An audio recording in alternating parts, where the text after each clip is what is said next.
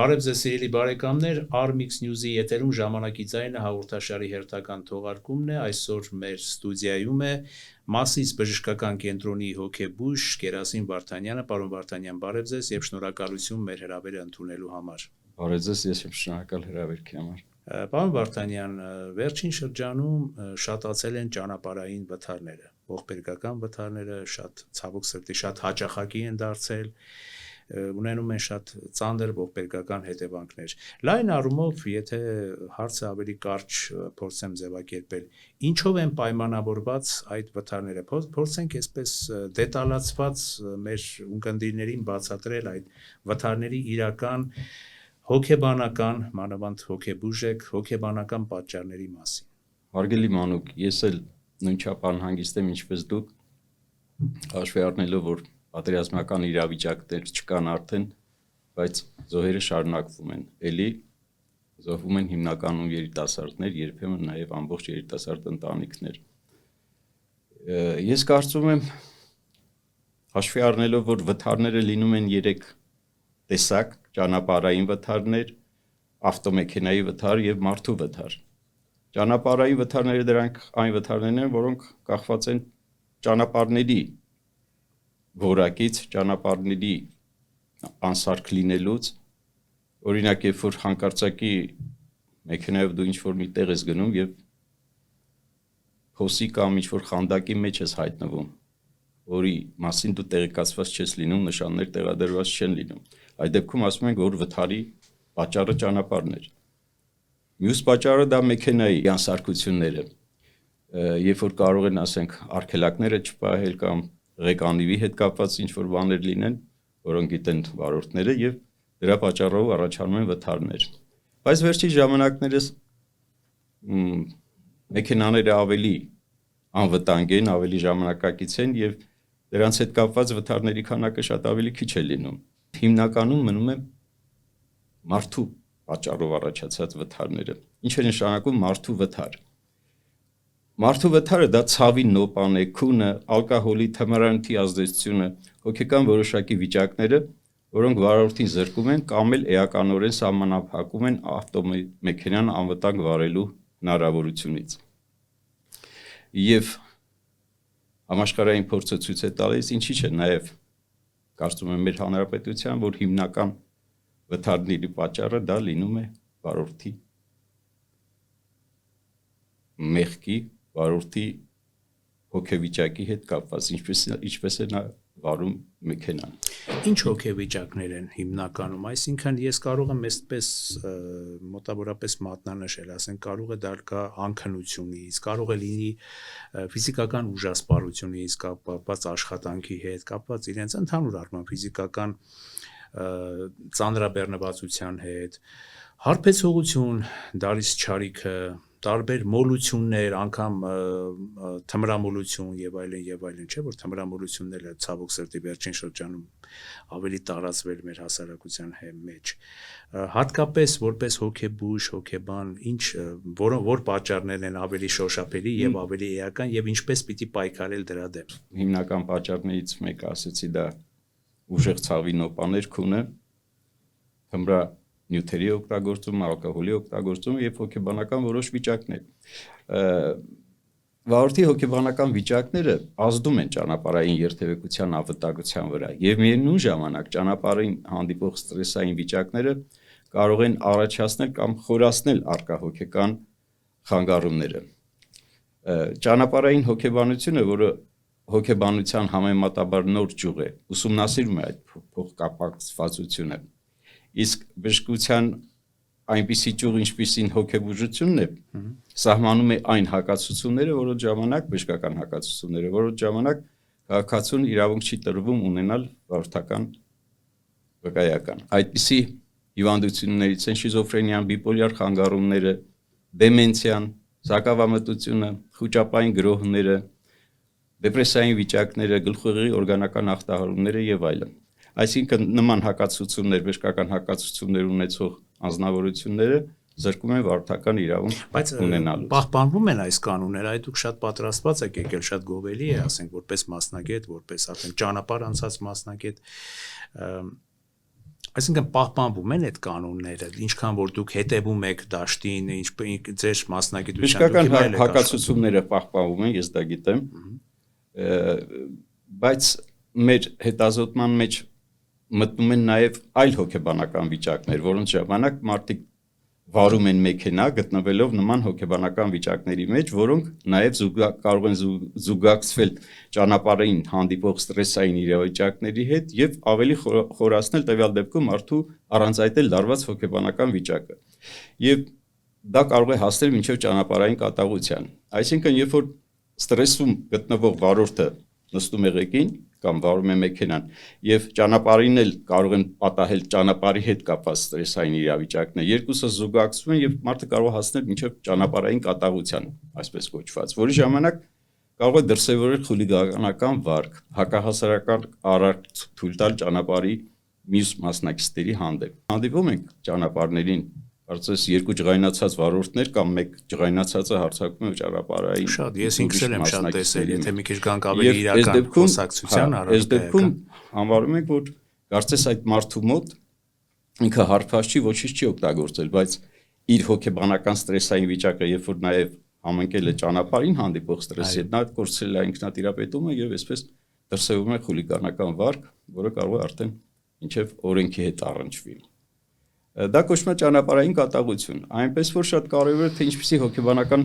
վիճակի մեջ է գտնվում վարորդը, երբ որ սկսում է մեքենան վարել։ Միգուցե օրենսդրական դաշտում կա որոշակի բաց, ավելի շատ պետք է վարորդների, մեր քաղաքացիների հոգեբանական վիճակների վերաբերյալ կարողանալ հասկացնել կամ կրթել, որպեսզի յուրաքանչյուր մարդ ղեկին նստելուց առաջ հասկանա ինչպիսի հոգեբանական վիճակում է ինքը գտնվում։ Բայց միայն կրթելով բանդուր չի գա։ Կրթելը համաձայն եմ ձեզ հետ, բայց մի քիչ բացատրելով ասել, դա վերաբերվում է ոչ միայն վարորդին, այլև վարորդի շուրջ իր հարազատներին, որոնք իրենք էլ պետք է հասկանան ինչպիսի հոգեբանական վիճակում է գտնվում տվյալ մարդը ղեկին նստելուց առաջ։ Ավելի այսպես ակնառու ես դա կարող եմ ներկայացնել այսպես շտապողականության հետ կապված։ Եթե մեզանից յուրաքանչյուր ինչ որ մի տեղ է գնում մեքենայով եւ ունի իր պլանավորած ճանապարհը եւ մոտարապես փորձում է հասկանալ կամ պլանավորում է ինչքան ժամանակից հետո կհայտնվի իր ուզած նպատակակետում,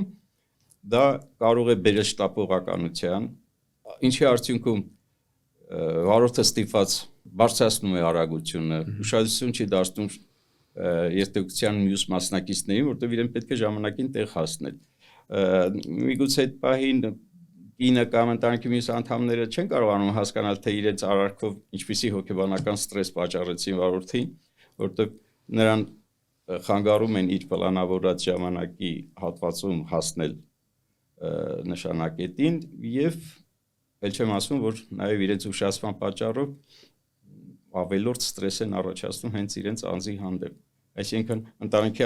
անդամների հանդեպ իրեն ուշացնելու պատճառով առաջացած ստրեսային վիճակը եւ ելույթ ճանապարհին հանդիպող ստրեսային իրավիճակը գումարում է եւ սա կարող է բերել նաև շտապողականության արդյունքում վթարի։ Դրա համար ես հարցը տվեցի, որ ձեզ հետ իհարկե միանգամայն համամիտ եմ ես, որ այո, ընտանիքում պետք է աշխատել, միջավայրում պետք է աշխատել եւ այլն, բայց բոլոր դեպքերում ընտանիքներն իրենց առանձին հոգեկերտվածքները, մենթալիտետները, այսինքն ամեն ընտանիքում չի, որ պետք է միայն հույսը դնես, որ ընտանեկան դասիրակությունը այլ լավը կլինի, այդ վարորդին հոգեբանորեն ճիշտ կդասա, այսպես կձևավորեն եւ նա իրեն ինչ որ սխալ քայլեր, օրինազանց քայլեր թույլ չի տա եւ որոնք չեն հանգեցնի ողբերգական հետևանքների։ Ամեն դեպքում պիտի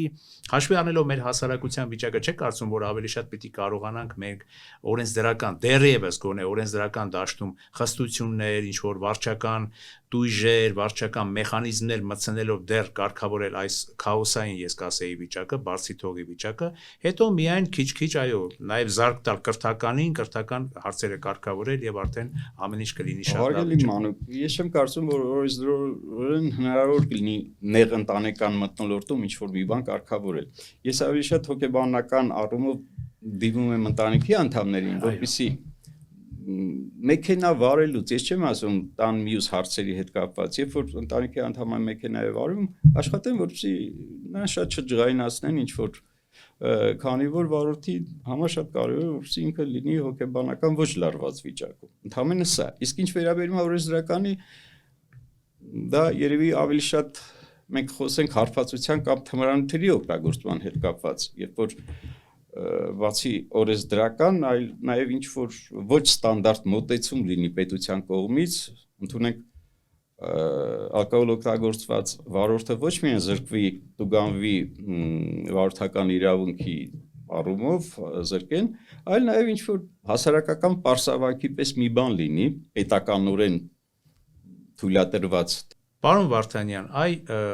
ալկոհոլի ազդեցության ավելի հոգեբանական, հոգեբուժական պատճառների պահով կուզենայի մի քիչ ավելի մանրամասնեիք։ Հարգելի մանուկ, ալկոհոլի և թմրանյութերի ազդեցության տակ վարորդի ռեակցիան շրջապատի պայմանների փոփոխության նկատմամբ խիստ դանդաղում է։ Նա արգելք է տեսնում միայն այնպիսի հեռավորության վրա, երբ արդեն անհնար է ավտոմեքենան կանգնեցնել։ Ալկոհոլը գլխուղեղի կեղեղում խանգարելով արգելակման պրոցեսները, վարորդին դարձնում է անհոգ, թեթևամիտ և նա չի կարողանում ճիշտ գնահատել իրադրությունը և իր հնարավորությունները։ Նույնը նաև, պարոն Մանուկ, լինում է խումհարի վիճակում։ Այսինքն, երբ որ վարորդը գիշերը նախօրոք բավականին մեծ քանակի ալկոհոլ է օգտագործում և փորձում է առավոտյան մեքենա վարել, դա կոչվում է խումհարի վիճակ։ Կարծես առավոտյան ինքը չի խմել, բայց երեկոյան խմած ալկոհոլի մեծ քանակը ներկապահին մենք գնահատում ենք որպես խումհարի վիճակ։ Տվյալ վիճակում նույնպես թեպետ արտաքինից վարորդը լուրջ է երևում, բայց էլի վտանգավոր է վարել այդ վիճակում։ Իսկ հարկ եղած դեպքում ուժով չթողնեն, չվարեն մեքենան։ Որտեվ տուժում են վարորդի ռեակցիաները եւ նա ժամանակին չի կարողանում կանխատեսել սպասվելիք վտանգները եւ ենթարկվում է ավտովթարի։ Ես չեմ կարծում, եթե մեր տուն մեկը հյուր գա եւ մենք նրա բաժակը չլսնենք, ամոթ բան կլինի, չէ՞, շատ ավելի ամոթ բան կլինի կամ մեզ համար շատ ավելի վատ կլինի, եթե մեր հյուրը մեր տանից գնալուց ենթարկվի ավտովթարի։ Դե իհարկե, բայց եւ գտնում եմ, որ պետք է տվյալ դեպքում մի կողմ դնել հյուրընկալության կանոնները եւ նույնը վերաբերում է նաեւ մեծ խնջույքների ժամանակ, ինչի՞ չէ նաեւ ռեստորաններում կամ չգիտեմ որտեղ որ մեծ իրադարձություններ են նշվում, ոչ ոք չի ուզում իրեն հյուր եկած իր ուրախությունը կիսող մարդիկ տունդարձի ճանապարհին ենթարկվեն ավտովթարի եւ այդ դեպքում դուրս է գալիս, որ մենք մեր пассив կեցվածքով չկանխարգելելով նրա կողմից ալկոհոլի օգտագործումը հաջորդ օրը դառնում ենք կամ հիվանդանոց գնացող ակտիվ մասնակից կամ էլ երբեմն շատ ավելի վատ սքոթափորի ակտիվ մասնակից։ Այո, այսինքն պիտի ձերբազատվենք ըստ ձեզ այդ պատնեշներից, այդ հոգեբանական ավելորդ նախապաշարմունքներից, ինչ պիտի անի պետությունը, պատկան մարմինները, պետական մարմինները, որ չեն անում ըստ ձեզ։ Այս վթարները հնարավորինս պակասեն կամ ընդհանրապես չլինեն։ Մենք խոսեցինք ալկոհոլի թմրանյութերի գործածման հետևանքով առաջացած վթարների մասին, այդտեղ իհարկե պետությունը կարող է եւ անում է իր ադմինիստրատիվ կամ պետական օրենքներով կանոնավորում է, որ խմած ալկոհոլ կամ թմրանյութ գործածած մարդը իրավունք չունի մեքենա նստել եւ հարկերած դեպքում, երբ որ հայտնաբերվում են նման վարորդներ, նրանք պետությունը պատժում։ Երեխաները դիտում են շատ դեպքերում տեսարաններ, վթարների տեսարաններ, սոսկալի տեսարաններ, ցուցադրվող հաղորդումներ, որոնք վերաբերում են վթարներին կամ սոցցանցերում եղած սյուժեները պետք է զերծ պահել եւ աշխատել, որպեսզի երեխաները նման բաներ չտեսնեն։ Բայց շատ առավել երեխաների վրա ազդում է, երբ որ երեխան հենց ինքն է անմիջապես դառնում վթարի մասնակից։ Մենք միայն լսում ենք այդպես վիճակագրական տեղեկություններ վթարի մասին, շատ ցավում ենք, երբ որ դա մահացու ելքով է լինում, բայց եկեք չմոռանանք, որ վթարը ունի նաև իր հոգեբանական կողմը, թե ինչպիսի ազդեցություն է թողնում վթարի մասնակիցների վրա։ Եթե խոսում ենք երեխաների մասին, երեխաների մոտ առաջանում են վախեր, ամեն շարժվող բանից, երեխան դադարում է սիրել իր խաղալիքները, ավտոմեքենաները, եւ հետագայում դա կարող է նաև բերել այսպես ձևավորված ֆոբիաների, որոնք խանգարեն իրեն սոցիալապես հարմարվելու կյանքին։ Մարդը դադարում է նստել տրանսպորտ, նստել ավտոմեքենա։ Պարոն Վարդանյան, այ սոցիալ հոգեբանական դաշտում են, այսինքն ուզենք թե չուզենք, մենք այսօր ապրում ենք սոցիալապես բևեռացված հասարակության մեջ։ Մեծահարուստներ կան, այսպես անգամ ծայրահեղ աղքատներ կան, եւ դա էլ է նպաստում ընդհանուր նույն երթևեկության մշակույթի ձևավորմանը, ուզենք թե չուզենք։ Եվ գուցե նաև վթարները կամ դրանից բխող հետևանքները, հոգեբանական վթարներին հանգեցնող հոգեբանական հետևանքները դրանով են պայմանավորված։ Միգուցե այստեղ էլ շատ անելիքներ կան, թե պատկան մարմինների կողմից, թե հոգեբանների կողմից։ Հարգելի Մանուկ, մենք բոլորս էլ ապրում ենք նույն պետության մեջ, նույն քաղաքում եւ տեսնում ենք երբեմն շքեղ մեքենաները շատ ավելի հաճախ են խախտումներ կատարում, քան ոչ այդքան շքեղ մեքենաները։ Միշտ իմ մոտ նման միտք առաջացել է։ Ես նման շքեղ մեքենաները համարում եմ ինժեներական բարձրագույն մտքի արգասիկ։ Եվ որպես ինժեներական բարձրագույն մտքի արգասիկ, ես ինքս վարորդեմ, արդեն ես հարգանք ունեմ նման մեքենաների հանդեպ եւ գտնում եմ, որ նման մեքենա վարողները ել առավել պետք է պահպանեն երթևեկության կանոնները, ել առավել պետք է կանոնավոր վարեն իրենց մեքենան։ Մոտարապես սա այսպես եմ ես պատկերացնում։ Հասարակության մեջ կան էլիտար մարդիկ, արվեստի, սպորտի, գիտության բնագավառում, որոնց մենք հարգում ենք իրենց արդյունքների տված հաջորդի համար կատարած իրենց աշխատանքի մեջ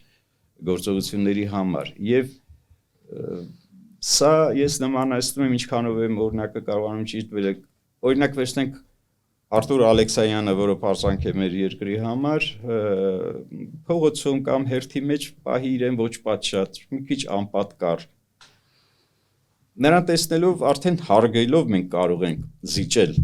չէ՞, եւ հերթում իրեն զիջել բան, բայց եթե նա փորձի մի քիչ անպատկար պահել, կկորցնի հարգանքը ժողովրդի մոտ։ Նման կերպել ես վերաբերում եմ ձեր ասած շքեղ մեքենաների, եթե նրանք մշակույթը չի ձևավորվել, չէ՞, որ ասենք մեծահարուստները։ Ես ուզում եմ, որ ձևավորվի, որտեղ նման մեքենա վարողները իրենք նախ պետք է հարգեն մեքենան ստեղծողներին, այն մեքենան, որը իրենք վարում են եւ այդպես ավելի մեծ հարգանքի կարժանանա եւ մեքենա վարողը, ու եւ արդեն բնակավար մեքենան։ Դրա համար ես նաեւ դիմում եմ նման մարդկանց, երբ որ նրանք փորձեն օրինակ ծառայել, մյուսները արդեն ավելի քիչ խախտ է։ Պարոն Վարդանյան, շնորհակալություն այսօրվա համար, կարծում եմ հոգեբանական թեմաներով, ընդհանրապես հոգեբանական խնդիրները մեր հասարակության համար շատ կարևոր խնդիրներ են, շատ ու շատ կարևոր հոգեբանական խնդիրներ կան, չլուծված, չհարթված, չբացահայտված, կարծում եմ հետագայում կրկին կհանդիպենք եւ կրկին կզրուցենք շատ կարևոր հարցերի համար, ես չգիտեմ ինչքանով կարողացա իմ ապրումները եւ իմ այսպես մտորումները հասցնել տեղ, բայց ես սա անում եմ անկեղծ եւ ամբողջ հոգով։ Դա իմ վրա շատ է ազդում, որ պատերազմի մեջ չենք, պատերազմը ավարտված է, բայց զոհերը շարունակվում են։ Չենք կասկածում ձեր անկեղծությանը եւ հայտնում եմ ձեզ իմ շնորհակալությունը։ Armix News-ի եթերում ժամանակի ձայնը հաղորդաշարի հերթական թողարկումն էր, մեր տաղավարում էր Մասիս բժշկական կենտրոնի հոգեբույժ Գերասիմ Վարդանյանը։ Ես դիմում եմ մեր այն ունկնդիրներին, ովքեր արդեն սկսել են հետևել Armix News YouTube-յան ալիքի մեր թողարկումներին, խնդրում եմ նրանց, ովքեր չեն հասցրել